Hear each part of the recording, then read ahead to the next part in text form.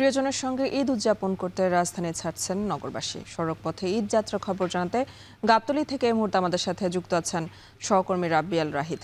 রাহিদ, গতকাল থেকেই তো শুরু হবে ঈদ যাত্রা, তো আজকের চিত্র কেমন দেখছেন জানাবেন।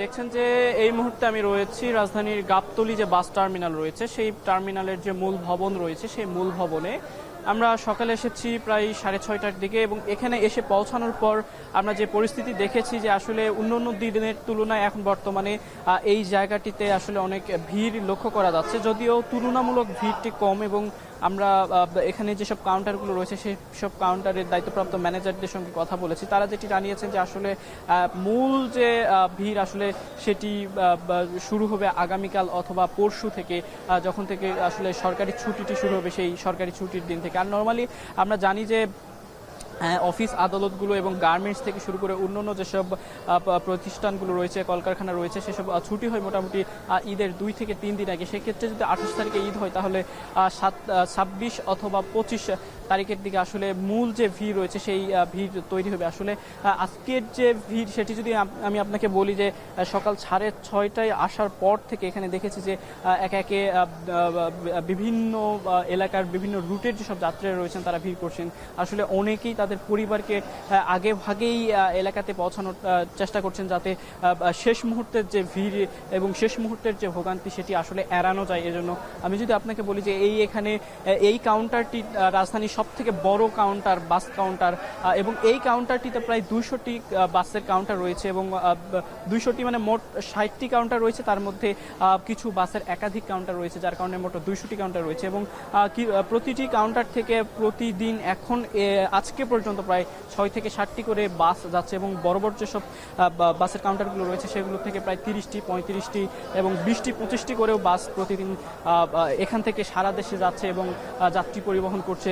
দেখছেন যে এই মুহূর্তে যে রাজধানীর যে গাবতলী বাস কাউন্টার, সেই বাস কাউন্টার আসলে প্রচণ্ড মোটামুটি এক ধরনের ভিড় লক্ষ্য করা যাচ্ছে। এবং এখানে যেটি সব থেকে গুরুত্বপূর্ণ ইস্যু সেটি হলো যে এখান থেকে ঢাকার যেসব কাছের যে জেলাগুলো রয়েছে সেই জেলাগুলোর আসলে কাউন্টারগুলোও কম এবং আসলে এখানকার যাত্রীরাও অনেক কম রয়েছে। কিন্তু আসলে ঢাকার বাইরে যেসব বিশেষ করে উত্তরাঞ্চলের যেসব রুটগুলো রয়েছে সেই সব রুটের আসলে যাত্রী অনেক বেশি থাকায় এখানে তাদের কাউন্টারগুলো অনেক বেশি এবং তাদের বাসের চলাচলগুলো অনেক বেশি। এই ছিল রাজধানীর গাবতলী বাস কাউন্টার থেকে সর্বশেষ পরিস্থিতি। এই যাত্রার খবর জানাচ্ছিলেন সহকর্মী রাব্বিয়াল রাহিদ। ঈদুল আজহার আরও খবর জানাতে এবার ট্রেন যাত্রার খবর জানবো। সেখানে আছেন এই মুহূর্তে কমলাপুর রেল স্টেশনে আছেন সহকর্মী আফজাল হোসেন। আফজাল, কমলাপুর রেল স্টেশনে যাত্রীদের ভিড় কেমন দেখছেন জানাবেন।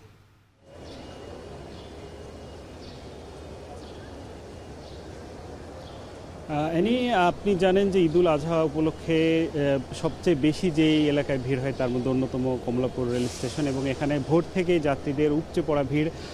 গতকাল থেকে এই ভিড় অব্যাহত রয়েছে এবং আজকেও বেশ ভিড় বেড়েছে দেখা যাচ্ছে। এখানে বিশেষ করে পরিবারের যারা নারী সদস্য রয়েছেন, ছোট রয়েছেন, বৃদ্ধ রয়েছেন, তাদের ভিড়টা একটু বেশি, যদিও অন্যান্য যারা রয়েছেন তারাও আসছেন।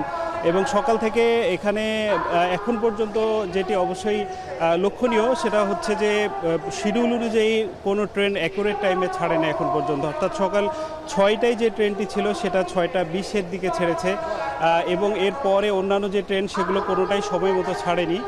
কিছু কিছু ক্ষেত্রে ট্রেন ছাড়ার যে সময় তার আধা ঘন্টা পরে ট্রেন প্রবেশ করেছে প্ল্যাটফর্মে, তারপর সেটা পরিষ্কার পরিচ্ছন্নতার পরে আবার যাত্রী নিয়ে ছাড়বে। সব মিলিয়ে যদি বলি যে ট্রেনের ছাড়ার যে সময়, যে শিডিউল বিপর্যয় এটাকে না বললেও তবে বেশ ডিলে হচ্ছে, সেটা 20 থেকে 25 মিনিট পর্যন্ত। এই বিষয়ে এখানে যারা যাত্রীরা রয়েছেন তারা বেশ ক্ষোভের কথা জানিয়েছেন।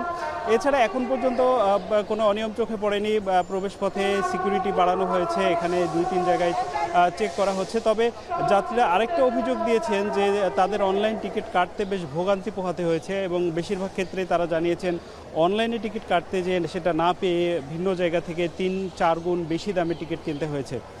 অর্থাৎ তারা বলছেন যে তারা পাচ্ছেন না, কিন্তু যারা টিকিট কিনে পুনরায় বিক্রয় করে তারা কিভাবে পাচ্ছেন এই বিষয়গুলো আসলে সরকারের দৃষ্টি দেওয়া উচিত।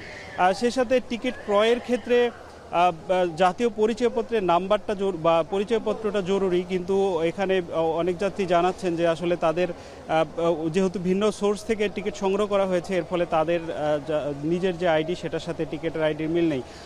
অর্থাৎ এখানে টিকিট ক্রয় বিক্রয়ের অনিয়মটা চোখে পড়ার মতো।